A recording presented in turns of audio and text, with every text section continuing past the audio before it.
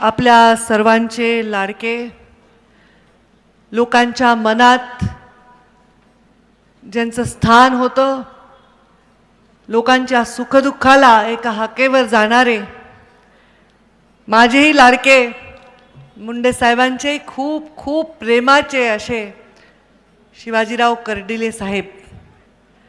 मी त्यांना कधी पूर्ण नावाने हाक नाही मारली, नेहमी कर्डिले साहेब म्हणायचे. काही लोकांना साहेब म्हणताना एक जो आनंद होतो तो कर्डिले साहेबांना साहेब म्हणताना व्हायचं. ते टोपी, त्यांचं ते रूप, ते पैलवान, त्यांचा स्वभाव, नेहमी चेहऱ्यावर हसू, नेहमी हसू. आज त्यांना मी आदरांजली वाहते. मंचावर विराजमान या पोटनिवडणुकीच्या प्रचाराला विजयाची मोहर लावायला आलेले आपल्या सर्वांचे लाडके आणि अत्यंत कर्तृत्ववान, कष्टाळू आणि ज्यांनी देशामध्ये चांगली छाप निर्माण केली आहे की मुख्यमंत्री कसा असावा, असे आमचे देवेंद्रजी फडणवीस. मंचावर उपस्थित विधान परिषदचे सभापती आणि आमचे बंधू, मी म्हणत होते की आमचा रुबाबदार आहे फार सभापती, असे आमचे रामभाऊ शिंदे. मंचावर उपस्थित स्वतः या निवडणुकीची जबाबदारी कर्डिले साहेबांचा भाऊ असल्याप्रमाणे जे घेत आहेत आणि प्रत्येक गोष्टीची बारीक काळजी घेत आहेत ते आदरणीय राधाकृष्णजी विखे पाटील साहेब. मंचावर उपस्थित माझ्या सहकारी आमदार मोनिकाताई राजळे, आमदार विठ्ठलरावजी लंगे, आमदार विक्रम पाचपुते, काशीनाथजी दाते, माझ्या या निवडणुकीला प्रभारी म्हणून इथे मुक्काम करून प्रत्येक गोष्ट हलवत आहेत ते आमचे बंधू आमदार प्रसाद लाड, आमदार अमोल खताळ, आमदार संग्राम जगताप, आमचे ओबीसीचे तळागाळात काम करणारे प्रदेशाचे महामंत्री विजयजी चौधरी, रवीजी अनासमुरे संघटन मंत्री, आणि हे सगळं प्रत्यक्षात उतरवण्यासाठी एक व्यवस्थित शिस्तबद्ध आणि नियमाने प्लॅनिंग करत असणारे आमचे भाऊ आणि माजी खासदार डॉक्टर सुजय विखे पाटील, माजी आमदार स्नेहलताताई कोल्हे, दिलीपरावजी भालसिंग, अनिलजी मोहिते, ज्योतिताई गाडे, सत्यजित कदम, आणि ज्याच्यासाठी आपण सर्व इथे आहोत ते आमच्या महायुतीचे उमेदवार अक्षय शिवाजीराव कर्डिले. खरं तर जेव्हा अक्षयचं भाषण चाललं होतं तेव्हा मी मन लावून त्याच्या चेहऱ्याकडे पाहत होते, बोलण्याचा चढ उतार बघत होते, ऐकत होते, आणि त्याच्या हृदयातलं दुःख क्षणोक्षणी मी अनुभवत होते. आणि त्यांनी पण म्हटलं की पंकजाताई, या दुःखाला तुम्ही ओळखता, ईश्वर करो असं दुःख कुणावरच येऊ नये. कर्डिले साहेबांचं काही वय नव्हतं जाण्याचं, आणि पहिलवान गडी हसमुख पडले तरी मी बघितलेले त्या काळातले कर्डिले साहेब. मुंडे साहेब माझ्या घरी पुण्याला जेव्हा मी राहायचे तेव्हा मुंडे साहेब पुण्याला यायचे आणि दरवेळी एक मीटिंग ठरलेली असायची, म्हणजे शिवाजीराव कर्डिले माझे मित्र येणार आहेत, ते आले तर त्यांना चहा दे, त्यांना जेवायचं की नाही विचार, त्यांची काळजी घे, मी त्यांना आमदार करणार आहे हे मुंडे साहेबांनी जाण्याच्या आधीच ठरवलेलं होतं. हे प्रेम होतं, त्याचं ते सगळं मी बघत होते, ऐकत होते.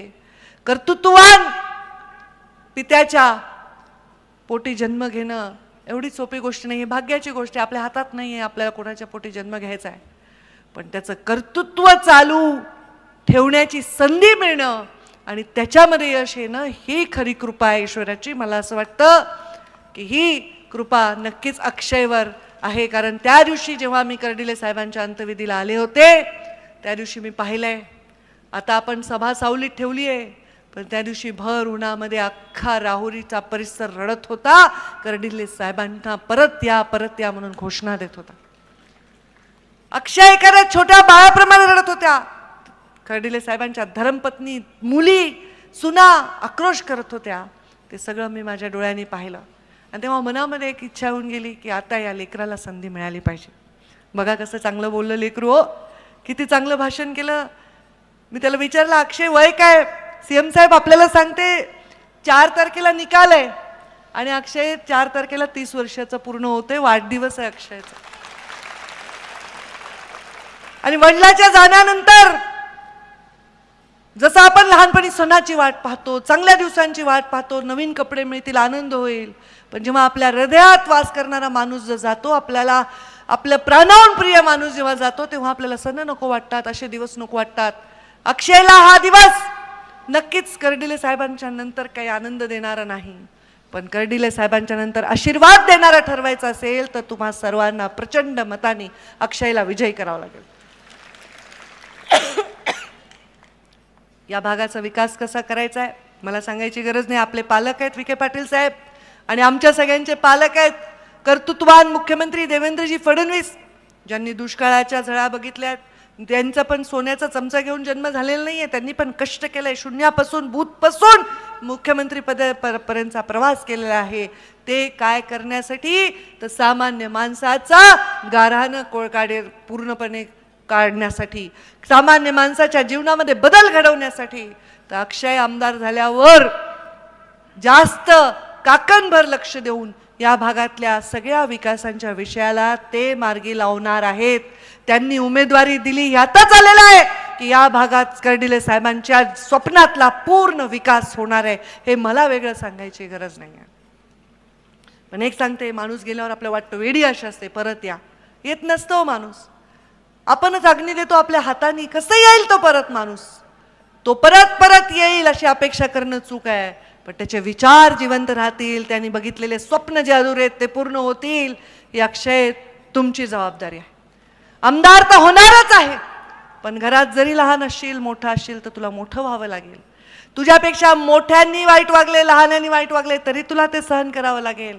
हे सगळे मोठे लोक म्हणतील आम्ही कर्डिले साहेब असे करायचे, कर्डिले साहेब तसे करायचे, त्यांनाही समाधानी ठेवावं लागेल. तरुणांना सुद्धा दिशा द्यावी लागेल आणि पक्षाच्या या सगळ्या संस्कारामध्ये स्वतःला रंग तो लावून तुला सामान्य माणसाची सेवा करावी लागेल. आणि अक्षय ते करेल, कारण त्याच्या बोलण्यातच प्रामाणिकपणा आहे, ते चेहऱ्यातच प्रामाणिकपणा आहे. तो बोलताना ज्या पोटातून बोलत होतो मला पूर्ण विश्वास आहे कर्डिले साहेबांच्या मनामध्ये, वागण्यामध्ये नाही एक असा निरागसपणा होता, एक निष्पापपणा होता, तेवढाच कणखरपणा होता, तेवढंच जशाला तसे पण होते, पैलवान होते, कोणाचं थोडीच सहन करणार होते ते, जशाला तसे पण होते. कार्यकर्त्याला काही झालं तर मग कशाला थांबत नव्हते ते, पण प्रेम मात्र करायचे. मी कितीतरी वेळा मुख्यमंत्री साहेब यांच्या घरी मुक्कामाला गेले, कितीतरी वेळ, एवढासा अक्षय पाहिलाय मी कितीतरी वेळा. म्हणजे त्यालाही घेतलं असेल कडे, नातीलाही घेतलं, एवढ्या वेळा राहिले. कर्डिले साहेबांनी एवढा प्रेम दिलं, म्हणजे जसा मला माझं सख्खा चुलत्यांनी प्रेम द्यायला पाहिजे ना असं प्रेम दिलंय. अगदी अजून खात आहे ताई, मी मध्ये बरे नव्हतं, रोड झाले नाही ताई, तसं नाही, जरा तुम्ही साहेबांच्या लेके अशा धष्टपुष्ट दिसल्या पाहिजे, इतकं बारीक प्रेम त्यांनी केलं. मला ते बघवलं नाही, त्यांना जे त्रास झाला, त्यांना ते पैलवान गड्याला जमलं नाही ना, मानक्याचा त्रास, चालणं फिरणं, आराम करणं माहीत नाही. आराम केला असता तरी जगले असते, पण आरामच नाही केला, सतत बाहेर, सतत लोकात, म्हणून हे झालं.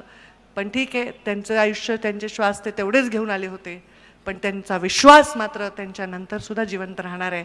अक्षयच्या रूपाने राहणार आहे, तुमच्या रूपाने राहणार आहे, आमच्या सर्वांच्या येणाऱ्या यशाच्या रूपाने राहणार आहे. आणि मला पूर्ण विश्वास आहे या भागाचा सर्वांगीण विकास ऑलरेडी करतच आहेत. मुख्यमंत्री महोदय सगळ्या राज्याच्या कानाकोपऱ्याचा विकास करतात. एक दिवशी म्हणले सगळ्या निवडणुका कधी संपतील आणि मी पूर्णपणे विकासामध्ये स्वतःला बुडवून घेईन. इतकं विकासाचं कोण बोलतं? महागारी सुद्धा, लोक नसताना सुद्धा, माईक नसताना सुद्धा केवळ आणि केवळ मला हे करायचं, मला रस्ता करायचा, मला अमुक करायचं, मला तमुक, एवढं झपाटून काम करणारा मुख्यमंत्री आणि त्यांच्या नेतृत्वाखाली हे मिळालेली संधी अक्षय याचं सोनं केल्याशिवाय राहणार नाही. हीच खरी कर्डिले साहेबांना श्रद्धांजली. आणि अक्षयला याचं सोनं करायचं असेल तर तुम्हालाही कर्डिले साहेबांच्या प्रत्येक क्षणाचं सोनं करावं लागेल. त्यांना स्वर्गामध्ये आनंद झाला पाहिजे असं मत दिलं पाहिजे. एक मत तरी त्यांच्यापेक्षा जास्त अक्षयला मिळालं पाहिजे, तर त्यांना स्वर्गामध्ये वाटेल की मी लोकांची सेवा केली. हे त्यांच्या लेकरासाठी नाही, हे अक्षयसाठी, कर्डिले खानदानासाठी, त्यांच्या परिवारासाठी नाही. हे कर्डिले साहेबांनी आयुष्य जे वेचलं त्यांच्या आयुष्याच्या प्रत्येक क्षणासाठी श्रद्धांजली ठरेल. मी एवढीच विनंती करते की अक्षयला प्रचंड मताने विजयी करा. कालच अक्षय तृतीया झाली आहे, अक्षय तृतीया झाली आहे. कर्डिले साहेबांविषयी आपल्याला असणारं प्रेम अक्षय आहे, मुख्यमंत्र्याच्या मनात असणारा विकासाचा संकल्प अक्षय आहे, तर आपल्या अक्षयला आपण निवडून दिलं तर या विकासाची जी उभरारी होईल त्याचा वेगही मी कल्पनाही करू शकणार नाही, हे आपल्याला या निमित्ताने सांगते. आणि ही लेख म्हणून, एक नेता म्हणून, एक मुंडे साहेबांची कन्या म्हणून या मातीशी माझं जोडणं झालेलं आहे. मला सभा अजून घ्यायची होती, सुजय विखेंचं माझं बोलणं झालं, पण आता त्यांना मी सांगितलं काय काय कार्यक्रम आहेत. तर अक्षय निवडून आल्यानंतर त्याच्या विजयाची, मोनिकाताई, सभा आपण त्या 40 गावात एक वेगळा विजयाची सभा आपण घेऊ, जिथे मला सभेला येता आलं नाही. आलेत का तिकडचे लोक? आलेत का? मग विजयाच्या सभेला यायचं की नाही? मग एक पण मत कमी पडलं नाही पाहिजे, ही जबाबदारी आता तुमच्यावर आहे. अक्षय विजयी झाल्यानंतर तिथे येऊन आम्ही विजयाची सभा घेऊ आणि त्या लेकराच्या डोक्यावरून हात फिरवून त्याला आशीर्वाद देऊ आणि कर्डिले साहेबांचं स्वप्न पूर्ण करू, एवढं या निमित्ताने सांगते.